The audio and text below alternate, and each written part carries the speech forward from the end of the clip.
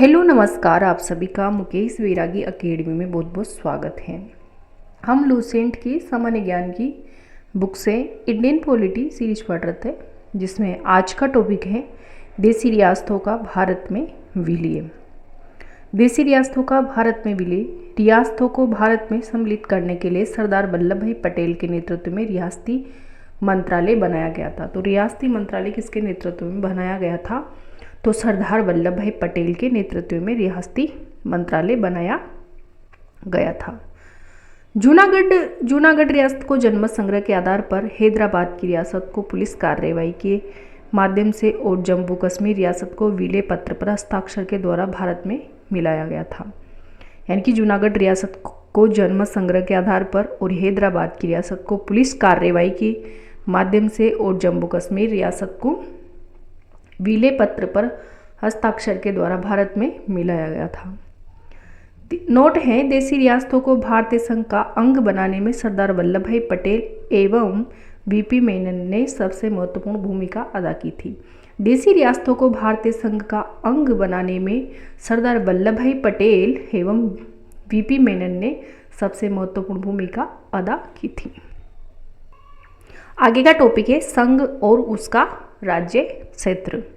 संघ और उसका राज्य क्षेत्र। भारत राज्यों का संघ है, जिसमें संप्रति 28 राज्य और 8 केंद्र शासित प्रदेश हैं।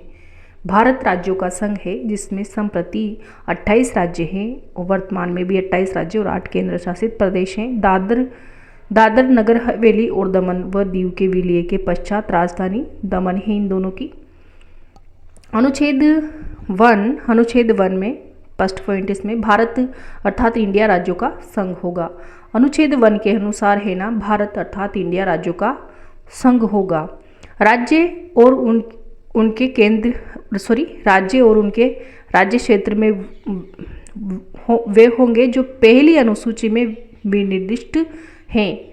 तीसरा पॉइंट है, भारत के राज्य क्षेत्र में अर्जित किए गए अन्य राज्य क्षेत्र समाविष्ट होंगे। दूसरे अनुच्छेद के अनुसार भारत की संसद को विधि द्वारा ऐसे निबंधनों और शर्तों पर जो वह ठीक समझे संघ में नए राज्यों का प्रवेश या उनकी स्थापना की शक्ति प्रदान की गई है। भारत की संसद को विधि द्वारा ऐसे निबंधनों और शर्तों पर जो वह ठीक समझे संघ में नए राज्यों का प्रवेश या उनकी स्थापना की शक्ति प्रदान की गई है। कौन से अनुच्छेद के अनुसार? अनुच्छेद 2 के तहत। अनुच्छेद 3 के तहत है ना, नए राज्यों का निर्माण और वर्तमान राज्यों के क्षेत्रों, सीमाओं या नामों में परिवर्तन संसद विधि द्वारा कर सकती है। नए राज्यों का निर्माण वर्तमान राज्यों के क्षेत्रों, सीमाओं या नामों में परिवर्तन संसद विधि द्वारा कर सकती है, अनुच्छेद 3 के अनुसार। अगला है राज्यों का पुनर्गठन। भाषा के आधार पर राज्यों का पुनर्गठन उचित है या नहीं, इसकी जांच के लिए संविधान सभा के अध्यक्ष राजेंद्र प्रसाद ने इलाहाबाद उच्च न्यायालय के अवकाश प्राप्त न्यायाधीश एस के धर की अध्यक्षता में एक 4 सदस्यीय आयोग की नियुक्ति की। इस आयोग ने भाषा के आधार पर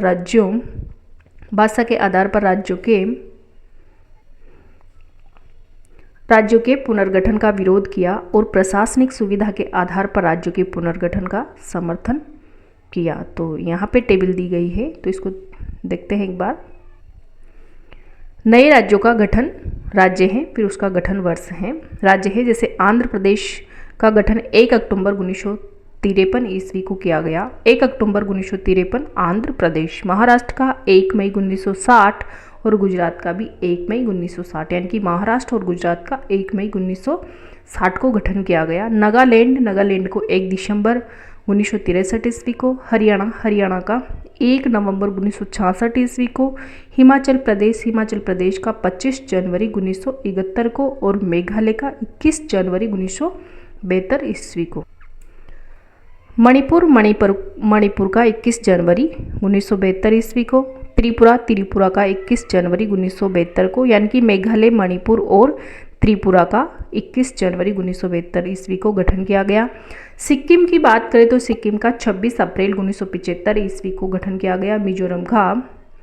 20 फरवरी और मिजोरम का 20 फरवरी 1987 ईस्वी को, अरुणाचल प्रदेश का 20 फरवरी 1987 ईस्वी को, मिजोरम और अरुणाचल प्रदेश दोनों का 20 फरवरी 1987 ईस्वी को गठन किया गया। गोवा का गठन 30 मई 1987 ईस्वी को किया गया। छत्तीसगढ़ का 1 नवंबर 2000 को और उत्तराखंड का 9 नवंबर 2000 ईस्वी को, झारखंड का 15 नवंबर 2000 ईस्वी को।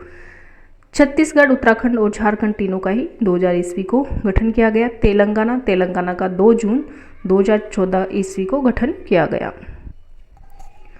धर आयोग के निर्णय की परीक्षा करने के लिए कांग्रेस कार्य समिति ने अपने जयपुर अधिवेशन में जवाहरलाल नेहरू, वल्लभ भाई पटेल और पट्टाभी सीतारामैया की एक समिति का गठन किया। इस समिति ने भाषाई आधार पर राज्यों के पुनर्गठन की मांग को खारिज कर दिया। नेहरू पटेल एवं सीतारामैया JVP समिति की रिपोर्ट के बाद मद्रास राज्य के तेलुगु भाषियों ने पोटी श्री रामुलु के नेतृत्व में आंदोलन प्रारंभ किया। 58 दिन के आमरण अनशन के बाद 15 दिसंबर 1952 ईस्वी को रामुलु की मृत्यु हो गई। यहाँ पर स्टार लगा हुआ है, इसका मतलब है कि NCERT क्लास 8 भाग 2 पेज नंबर 166 में लाइन दी गई है। तो 58 दिन के आमरण अनशन के बाद 15 दिसंबर 1952 ईस्वी को रामुलु की मृत्यु हो गई। रामुलु की मृत्यु के बाद प्रधानमंत्री नेहरू ने तेलुगु भाषियों के लिए पृथक आंध्र प्रदेश के गठन की घोषणा की। 1 अक्टूबर 1953 ईस्वी को आंध्र प्रदेश राज्य का गठन हो गया। ये राज्य स्वतंत्र भारत में भाषा के आधार पर गठित होने वाला पहला राज्य था। उस समय आंध्र प्रदेश की राजधानी करनूल थी और राज्य पुनर्गठन आयोग के अध्यक्ष फजल अली, इसके अन्य सदस्य पंडित हरदे नाथ कुंजरू और सरदार KM पणिकर थे। राज्य पुनर्गठन अधिनियम जुलाई 1956 ईस्वी में पास किया गया। तो जुलाई 1956 ईस्वी में पास किया गया था राज्य पुनर्गठन अधिनियम। इसके अनुसार भारत में 14 राज्य 6 केंद्र शासित प्रदेश स्थापित किए गए। 14 राज्य 6 केंद्र शासित प्रदेश स्थापित किए गए। राज्य पुनर्गठन आयोग 1953 में गठित हुआ था। नवंबर 1954 ईस्वी में फ्रांस की सरकार ने अपनी सभी बस्तियां पांडिचेरी, यन्नाम, चंद्रनगर और केरिकल को भारत को सौंप दिया। 28 मई 1956 ईस्वी इस संबंध में संधि पर हस्ताक्षर हो गए। इसके बाद इन सभी को मिलाकर पांडिचेरी संघ राज्य क्षेत्र का गठन किया गया। भारत सरकार ने 18 दिसंबर 1961 ईस्वी को गोवा, दमन व दीव की मुक्ति के लिए पुर्तगालियों के विरुद्ध कार्रवाई की और उन पर पूर्ण अधिकार कर लिया।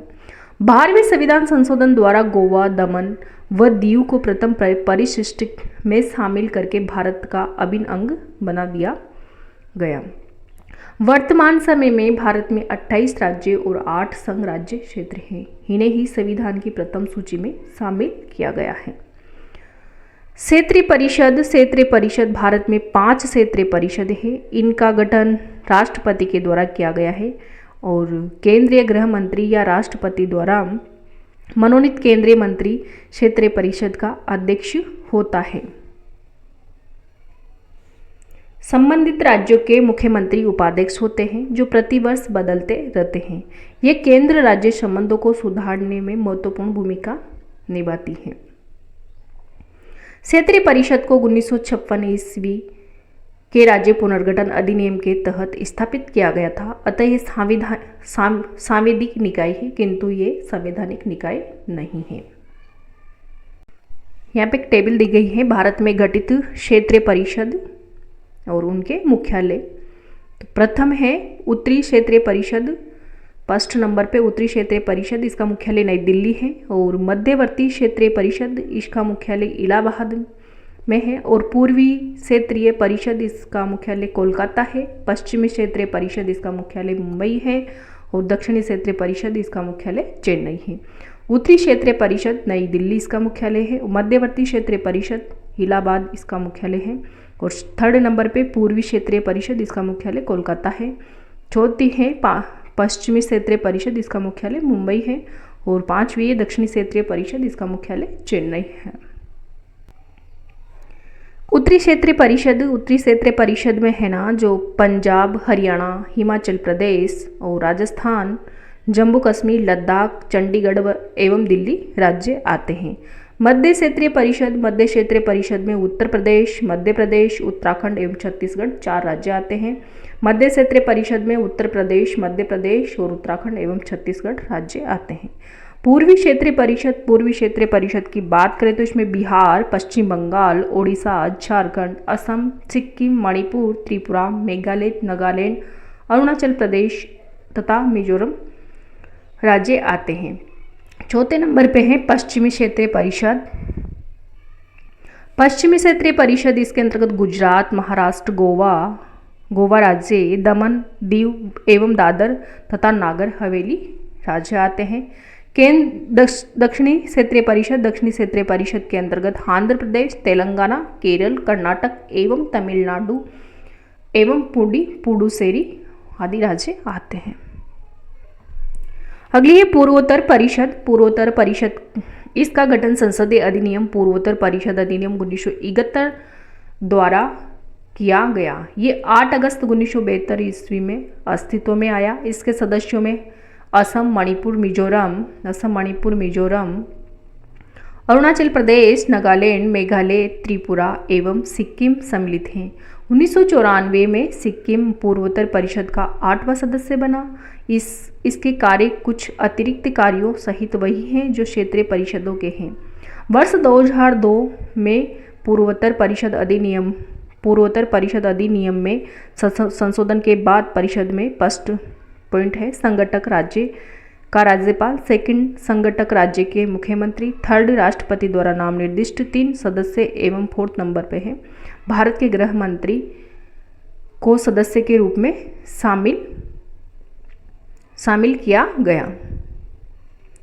2018 में पुनर्गठन के बाद गृह मंत्री पूर्वोत्तर परिषद के अध्यक्ष और पूर्वोत्तर क्षेत्र विकास राज्य मंत्री उपाध्यक्ष होंगे।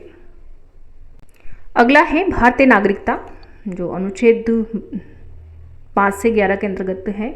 और भाग 2, भारतीय नागरिकता भाग 2 में अनुच्छेद 5 से 11 के अंतर्गत है। भारत में एकल नागरिकता का प्रावधान है। तो भारत में कौन सी नागरिकता का प्रावधान है? एकल नागरिकता का प्रावधान है। भारतीय नागरिकता अधिनियम 1955 ईस्वी के अनुसार निम्न में से किसी एक आधार पर नागरिकता प्राप्त की जा सकती है। फर्स्ट नंबर से है, यानी कि फर्स्ट नंबर पे है जन्म से। प्रत्येक व्यक्ति जिसका जन्म संविधान लागू होने अर्थात 26 जनवरी 1950 ईस्वी को या उसके बाद भारत में हुआ हो, वह जन्म से भारत का नागरिक होगा। अपवाद राजनयिकों के बच्चे, विदेशियों के बच्चों को छोड़कर। सेकंड पॉइंट है वंश परंपरा द्वारा नागरिकता। वंश परंपरा द्वारा नागरिकता भारत के बाहर अन्य देश में 26 जनवरी 1950 ईस्वी के पश्चात जन्म लेने वाला व्यक्ति भारत का नागरिक माना जाएगा यदि उसके जन्म के समय उसके माता पिता में से कोई भारत का नागरिक हो। यानी कि भारत के बाहर अन्य देश में 26 जनवरी 1950 ईस्वी के पश्चात जन्म लेने वाला व्यक्ति भारत का नागरिक माना जाएगा यदि उसके जन्म के समय उसके माता पिता में से कोई भारत का नागरिक हो।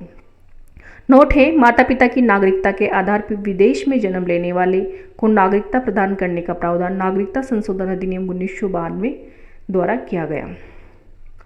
यानी कि भारत की नागरिकता के आधार पर विदेश में जन्म लेने वाले को नागरिकता प्रदान करने का प्रावधान नागरिकता संशोधन अधिनियम 1992 द्वारा किया गया। देशीकरण द्वारा नागरिकता भारत सरकार से देशीयकरण का प्रमाण पत्र प्राप्त कर भारत की नागरिकता प्राप्त की जा सकती है।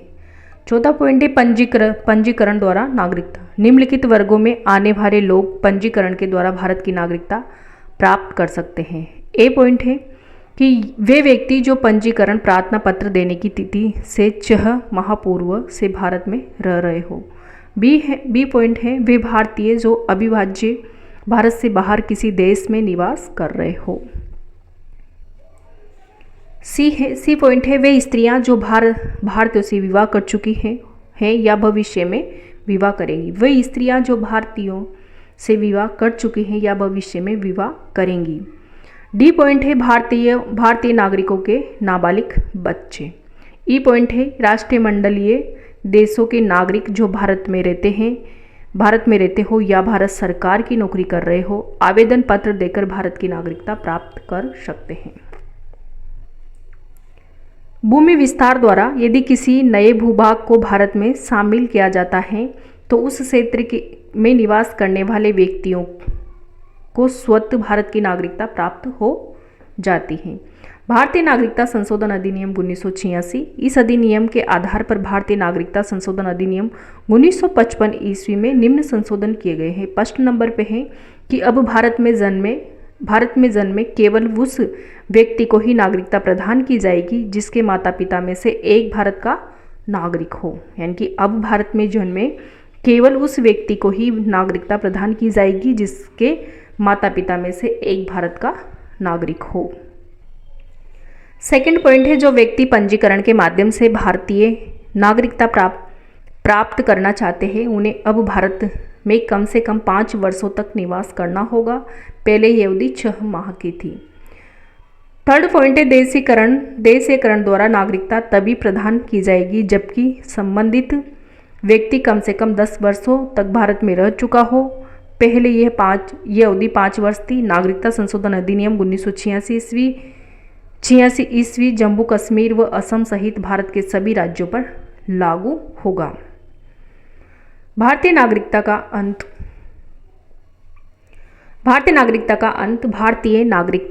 अंत निम्न प्रकार से हो सकता है। नागरिकता का परित्याग करने से, किसी अन्य देश की नागरिकता स्वीकार कर लेने पर, और थर्ड पॉइंट है सरकार द्वारा नागरिकता छीनने पर। जम्मू कश्मीर राज्य के विधानमंडल को निम्न विषयों के संबंध में राज्य में स्थायी रूप से निवास करने वाले व्यक्तियों को अधिक अधिकार तथा विशेषाधिकार प्रदान करने की शक्ति प्रदान की गई है। फर्स्ट है राज्य के अधीन नियोजन के संबंध में और राज्य में अचल संपत्ति के अर्जन के संबंध में। थर्ड है राज्य में स्थायी रूप से बस जाने के संबंध में। छात्रवृत्तियां अथवा इसी प्रकार की सहायता जो राज्य सरकार प्रदान करे। तो ये था आज का टॉपिक, संघ और उसका राज्य क्षेत्र और राज्यों का पुनर्गठन और भारतीय नागरिकता।